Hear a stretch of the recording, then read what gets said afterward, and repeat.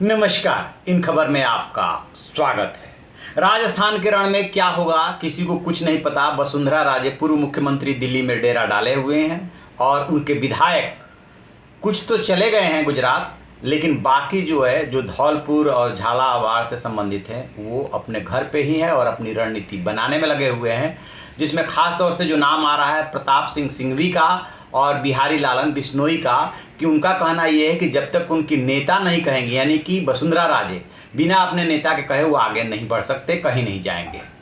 यहीं से अशोक गहलोत जो जादूगर कहे जाते हैं और राजस्थान के मुख्यमंत्री हैं, उनको ऑक्सीजन मिल रहा है। दरअसल बात यह आ रही है कि अशोक गहलोत बीजेपी खेमे में सेंध लगा चुके हैं। जो बीजेपी अभी तक सचिन पायलट के कंधे पे बंदूक रख करके चला रही थी, वही दाव अब इन्होंने चल दिया है अशोक गहलोत ने। इसमें 2 आईपीएस, एक प्रशासनिक अफसर राजस्थान का और 2 उद्योगपति जो है इनको इन्होंने लगाया है, जो कि लैंड से और माइनिंग से और जो भी ठेकेदारी से जुड़े हुए विधायक हैं और जिनका पिछला रिकॉर्ड ठीक नहीं है, उन पे डोरे डाले गए हैं और साफ साफ कहा गया है कि आप या तो उस दिन प्रेजेंट मत होइए, क्योंकि आप यदि हमारे साथ वोटिंग करते हैं या बगावत करते हैं तो आपकी सदस्यता जो चली जाएगी। आप ये तो कर सकते हैं ना कि उस दिन मत आइए, ये लालच दिया जा रहा है। और यही आरोप लगा करके जो 6 विधायक पहले दौर में गए थे, इसके बाद और विधायक जो है गुजरात पे वहाँ पे पहुँचे कुमावत के नेतृत्व में।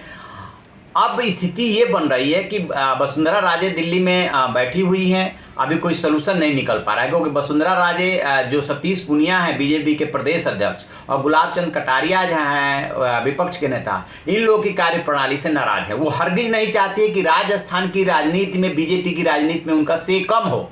और सचिन पायलट के इशू पे एकदम वो एडामेंट है कि पहले से ही गजेंद्र सिंह शेखावत जैसे लोग ऑलरेडी सीएम के दावेदार आ चुके हैं पार्टी में, मतलब पहले से हैं ही, और ये भी आ जाएंगे तो फिर तो हाईकमान उनको चाहता नहीं है, वो किनारे हो जाएंगी। इसी किनारे होने की डर से उनके विधायक जो है बागी मूड में हैं, वो अपने नेता के इशारे का इंतजार कर रहे हैं। तो दोनों चीज़ों को जोड़ करके देखिए, पहले भी सचिन पायलट का रास्ता किसने रोका? वसुंधरा राजे ने। और जब दूसरे दौर की राजनीति शुरू हुई है, जब से राज्यपाल कलराज मिश्र ने 14 अगस्त से विधानसभा सत्र बुलाने की इजाज़त दी है, उसके बाद से वसुंधरा राजे धौलपुर जाकर के बैठ गई थी और सावन का महीना, पूजा पाठ का महीना बता करके कुछ भी बोलने से मना कर दिया था, कुछ बोल ही नहीं रही थी। और जब वो सीधे प्रकट हुई तो दिल्ली में प्रकट हुई और नेताओं से मिलजुल रही है और साफ साफ उन्होंने कह दिया कि मैं स्वाभिमान से समझौता नहीं करूँगी। इसका क्या मतलब? इसका मतलब ये कि यदि आप सचिन पायलट के मामले में आगे बढ़ते हैं तो हम बगावत भी कर सकते हैं। और वसुंधरा राजे के साथ पहली बार नहीं है कि बगावत करेंगी। झालावाड़ उनके बेटे का क्षेत्र माना है और भी धौलपुर में उनका प्रभाव है, लिहाजा उधर के विधायकों में माना ही जाता है कि 72 जो बीजेपी के विधायक हैं उनमें से काफ़ी विधायक उनके समर्थक हैं। अब उनके कहने पे कितने बागी होंगे ये बात की बात है।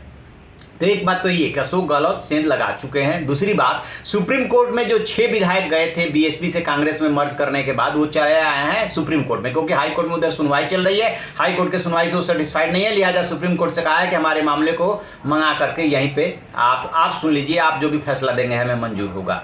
तो इधर से बीजेपी की जो रणनीति है वो रणनीति है कि अपने विधायकों को एकजुट रखो और उनमें तोड़ो। और सेम वही अब चाल चल दी है अशोक गहलोत ने कि जैसे आप हमारे यहाँ तोड़फोड़ कर रहे हो तो हम भी आपके विधायकों पे डोरे डाल रहे हैं और उसमें प्रशासनिक अधिकारी को लगा दिया। चूंकि सत्ता रहती है तो बहुत सारे आपको साधन भी मिल जाते हैं। तो अब बीजेपी के लिए कुनबा संभालना मुश्किल हो गया है। अब जो गुलाब चंद कटारिया, उन्होंने कल मीटिंग की और अब अपने गुजरात गए हुए विधायकों सबसे से कहा है कि वापस लौटिए, कल जो है फिर से मीटिंग करेंगे अपने विधायक दल की, उसके बाद एक होटल में रोकने की प्लानिंग है। और इधर कांग्रेस के विधायक जैसलमेर में।